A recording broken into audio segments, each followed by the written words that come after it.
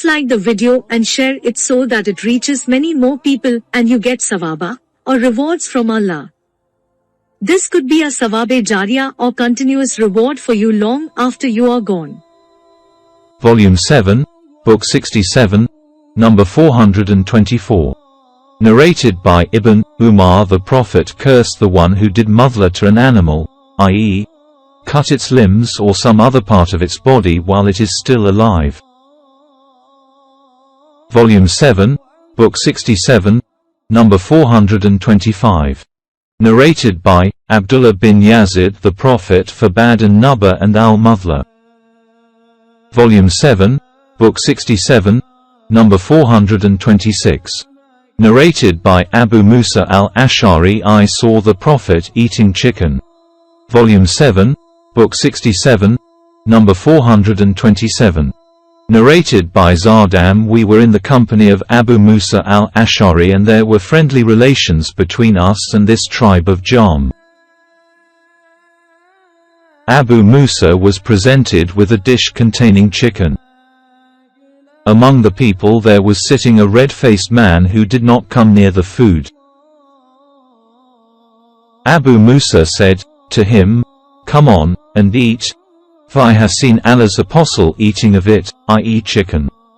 He said, "I have seen it eating something dirty, and since then I have disliked it, and have taken an oath that I shall not eat it." Abu Musa said, "Come on, I will tell you, or narrate to you. Once I went to Allah's apostle with a group of al-Ash'ariyan, and met him while he was angry, distributing some camels of rakat. We asked for mounts, but he took an oath that he would not give us any mounts, and added, 'I have nothing to mount you on.' In the meantime some camels of booty were brought to Allah's apostle and he asked twice, 'Where are al-Ash'ariyan?' So he gave us 5 white camels with big humps. We stayed for a short while, after we had covered a little distance, and then I said to my companions, 'Allah's apostle has forgotten his oath. By Allah, if we do not remind Allah's apostle of his oath, we will never be successful.' So we returned to the Prophet and said, 'O Allah's apostle, we asked you for mounts, but you took an oath that you would not give us any mounts. We think that you have forgotten your oath.' He said, 'It is Allah who has given you mounts.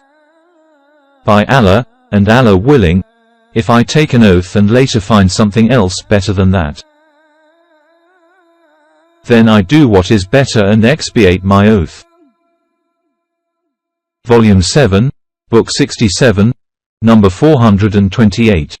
Narrated by Asma. We slaughtered a horse during the lifetime of Allah's apostle and ate it. Volume 7, Book 67, number 429. Narrated by Jabir bin Abdullah. On the day of the Battle of Khaybar, Allah's apostle made donkey's meat unlawful and allowed the eating of horseflesh. Volume 7, Book 67, number 430. Narrated by Ibn Umar. The Prophet made the meat of donkeys unlawful on the day of the Battle of Khaybar. Volume 7, Book 67, number 431. Narrated by Ibn Umar. The Prophet prohibited the eating of donkey's meat. Volume 7, Book 67, number 432. Narrated by Ali. Allah's apostle prohibited al-mut marriage and the eating of donkey's meat in the year of the Khaybar battle. Volume 7, Book 67, number 433. Narrated by Jabir bin Abdullah. The Prophet prohibited the eating of donkey's meat on the day of the Battle of Khaybar, and allowed the eating of horseflesh. Volume 7, Book 67, number 434.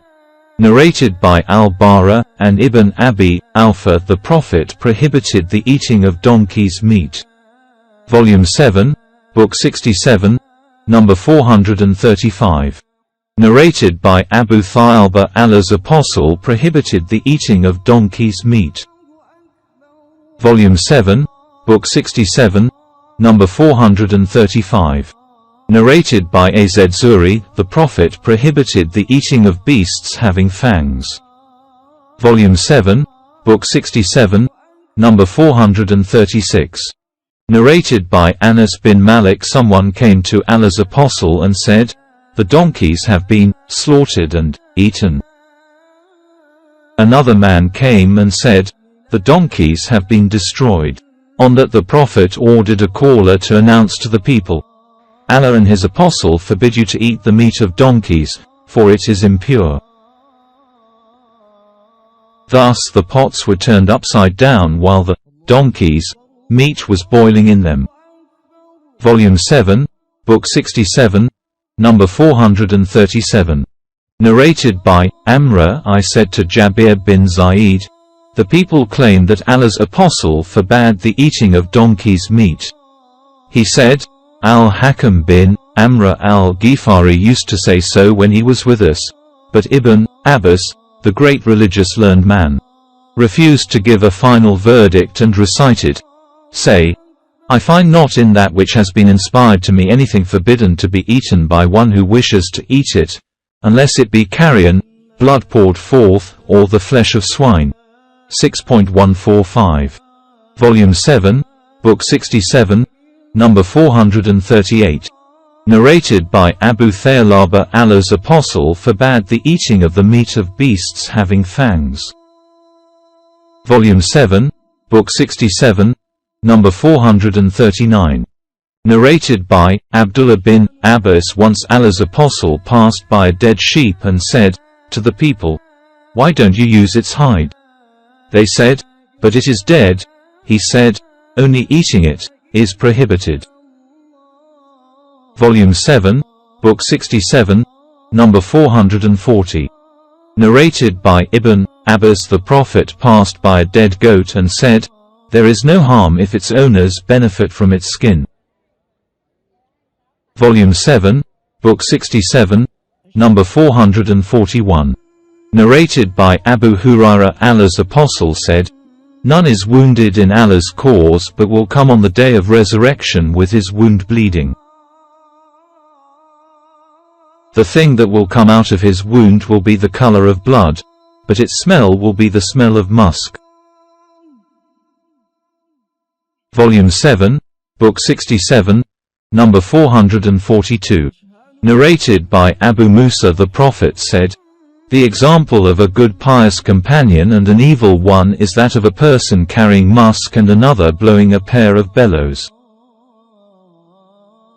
The one who is carrying musk will either give you some perfume as a present, or you will buy some from him, or you will get a good smell from him.